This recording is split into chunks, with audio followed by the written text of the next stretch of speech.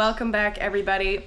First of all, if my eye is like super red, you guys saw me washing it out, it's because I somehow managed to get white liniment in my eye. I was putting it on a cow, and when I went to put it on her, it like splattered, went right directly in my eye. So maybe it's not red anymore because it's been a few minutes, but if it is, that's the reason. The milk truck is actually pulling in right now. I just spent about an hour. He's actually right on time. Usually he comes at, well, no, he's late. Usually he comes a little before this, but I spent about an hour cleaning the whole floor in the milk room. The boss is actually not here today. If you're new to these videos, I'm Taylor and I work on a dairy farm in Maine. It's just me and my boss Brent. We milk 70 cows. We have about 20 replacement heifers, and we do all of our field work, all of our milking and everything ourselves. So if you enjoy watching farmers struggle, we'd love to have you subscribe. I'm gonna get out of the milk truck driver's way, and then I'll explain a few things to you guys. You can probably tell by how dirty the back of the milk truck is that it's raining again today. Yay!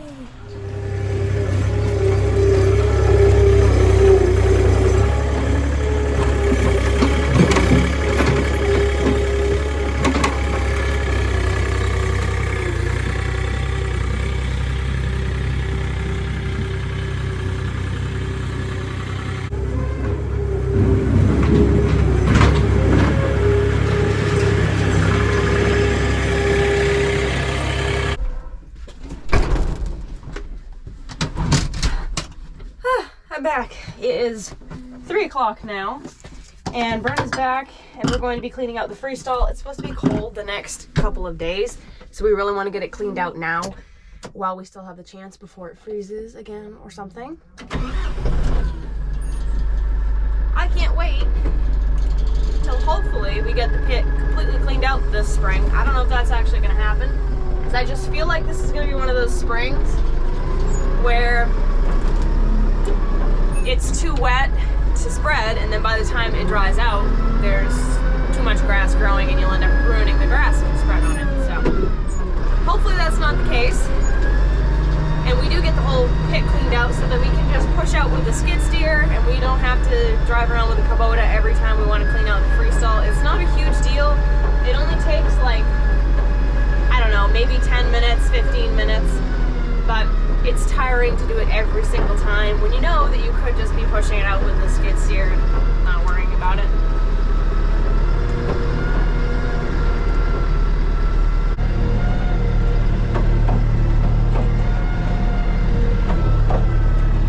The amount of manure in the pit has changed a lot just in the last month, I guess. Probably since the last time I showed you, it's been almost about a month. And we've gotten a lot more because the cows really haven't gone outside that many times. You are starting to be able to see bare ground again, so that's nice.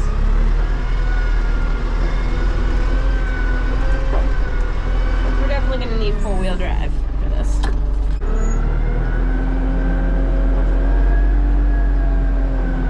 You have to go open that gate first. Yeah.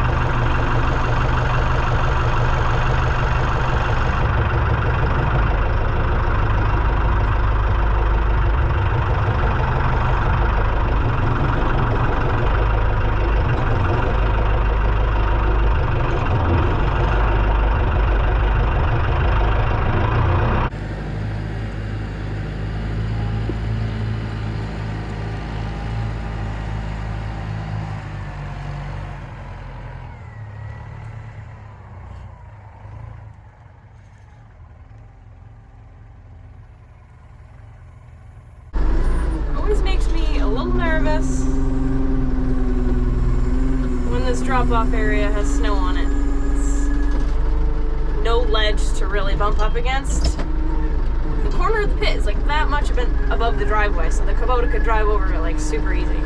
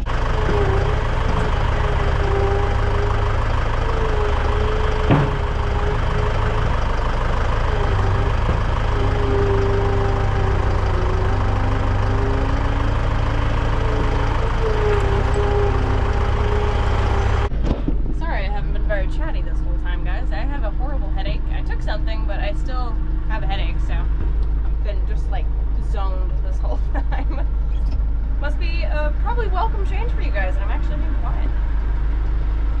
That's it. All she wrote.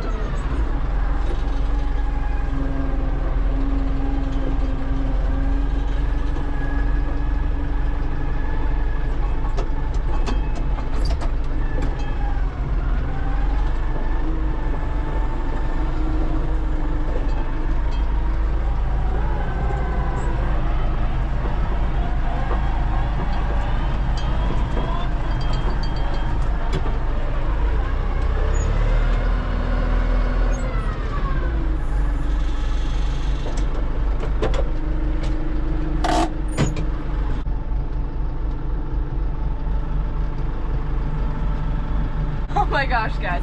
I used my camera, not my camera, my phone. I used my phone in place of one of my cameras because one of my cameras isn't working for some reason, and I knew I picked it up, but I couldn't find it. And it's a good thing I don't think you can fit out the window because that's where it was headed. I don't think, oh, it probably could over there though. I think it could over there. That was close. Not a good place to set your phone.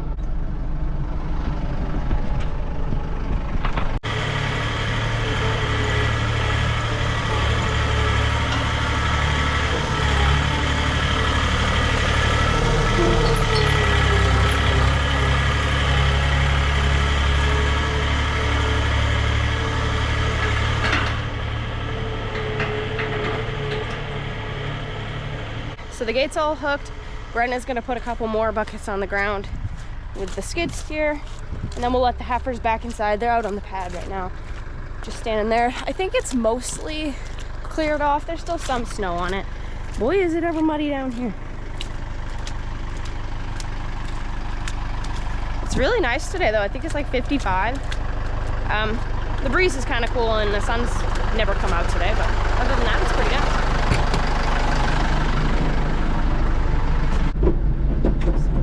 Be low anymore, do I?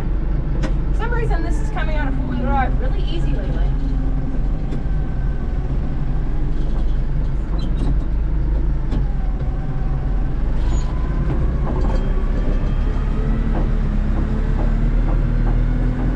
Also, I haven't driven this very much since we put the new tie rod on it, but Brent has gone and gotten bales with it a few times, and he said that it handles much better. It did this thing for a while where it kind of pulled really hard, and I think that was what most of the problem was, is that tie rod was all just like floppy. So I think the tire would just like do whatever, and it was kind of pulling it off to the side or wherever the road was leaning, it would pull it. Because it wasn't like one way or the other, it would just like randomly pull either direction. When I get it out on the road, I haven't driven it on the road very far yet, so I'll test it out for myself.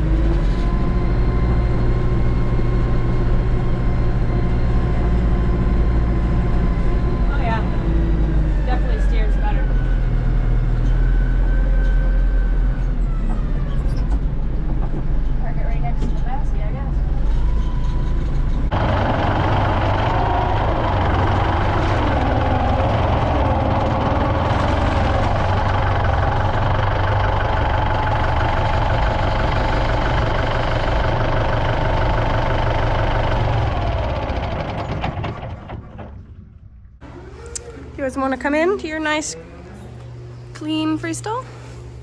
Say yes, please. By the way, these are the two Jersey Holstein crosses that we got, oh man, last summer sometime. Gosh, it was either like July or June, late June or July. Maybe it was even August. I don't know.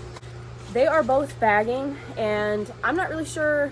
I'd have to look back to when we got them, because I'm not really sure what the timeline would be, if they could possibly be bred by the bull that they were with when we went and got them, which was a Brahma, I believe. So if they were, that would be a very interesting calf, and I think I would like to see it, but I'm not really sure what they're bred with. They're either bred with that or they're bred with an Angus. So, or possibly, I don't think so, but maybe a Dutch belted. I don't think so. I think it would probably have to be an Angus or...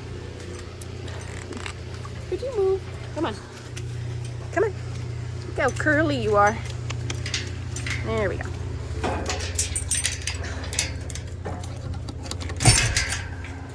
And everybody's like, let's go inside, except Brownie, who wants to say hi to you guys. Hello.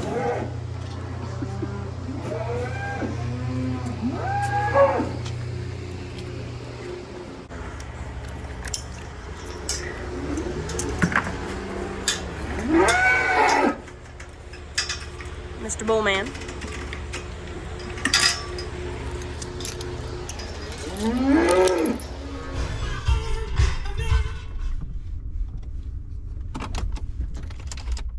I am back at work. It's nighttime. 2 or 3 days since I've seen you guys, and we haven't gotten the cows outside since we cleaned out the freestall because it's been so cold here. It was only 14 degrees this morning, so hopefully we're hoping that they're going to be able to go out the day after tomorrow, which will be Monday, and I think it's supposed to warm up by then. Maybe even tomorrow it might be supposed to warm up by then. I don't know. But the first thing that we're going to do tonight before we feed the girls and everything is the manure pump is low on oil again, and it has not been that long since we put oil in. So we're thinking that maybe that the cylinder we redid last April maybe went again, because they did tell us that it was pretty rusty and they weren't guaranteeing that it was going to stay. So it's possible that that's the problem. We're going to put 5 gallons in it, and if it leaks right out first thing, we're going to know it's that cylinder. If it takes it a while, then it's probably some other slow leak somewhere that we're going to have to take a look at it. But Bernardi did call the company where we get all of our whole parts, and they do still make that cylinder. We thought about going into checking the one that we have over in the other barn as a replacement, but I don't think that cylinder would be any good by now, since it's been underwater basically this whole time. So if something is wrong with the cylinder, we're probably just going to buy a brand new one. But we, like I said, we don't even really know what's wrong yet. So we're going to put this 5 gallons in. It's been in the milk room warming up all day. We're going to pop that in there really quickly. I'm sure you guys enjoy seeing this. You've seen it a million times, but I'm going to show you anyway. I think we got a new funnel too, but we probably won't use that one. We got that for the Kubota, I think.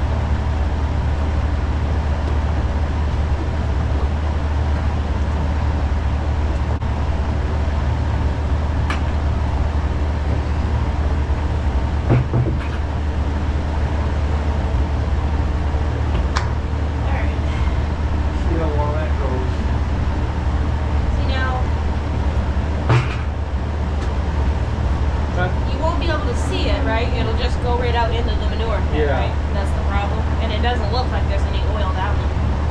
You're probably right. It probably is that. Yeah. But they didn't guarantee us it was going to last at all, and it's been a year, so. Has it been a year? Yeah.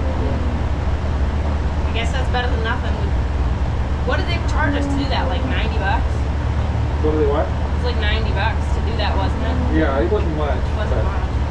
The trouble is that whole rectangular piece is sort of part of the. That whole casing right there is part of it. It's all built together. That's why you can't just buy another cylinder. And you have to get that part. Because that bottom Specifically frame, from that bottom rectangular piece is sort of the part of the casing of the. Yeah. You know, then you bolt it. Just, I don't know, that'd be probably awful expensive for that. Probably, but what are you gonna do? I mean, it's been 35 years, so. Yeah. One cylinder in 35 years really isn't that. At least it's not this cylinder. Okay. Equipment. Lots of fun. When you have trouble, it makes you wish for when you used to be able to just run it right out the barn into a manure spreader, but when it's 20 below, you really enjoy this setup. Yeah. I don't know why I'm ducking. I'm like, I was ducking. I'm like, stand up in here. Sucks my hair into the fan.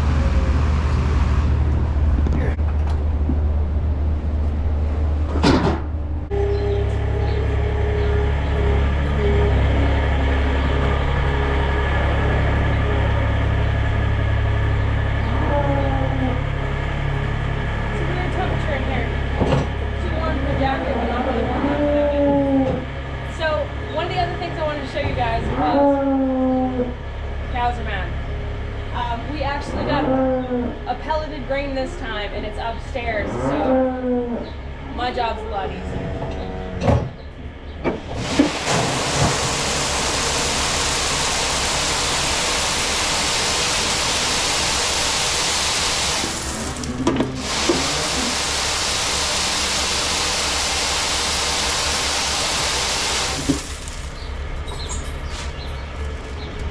Such hard work.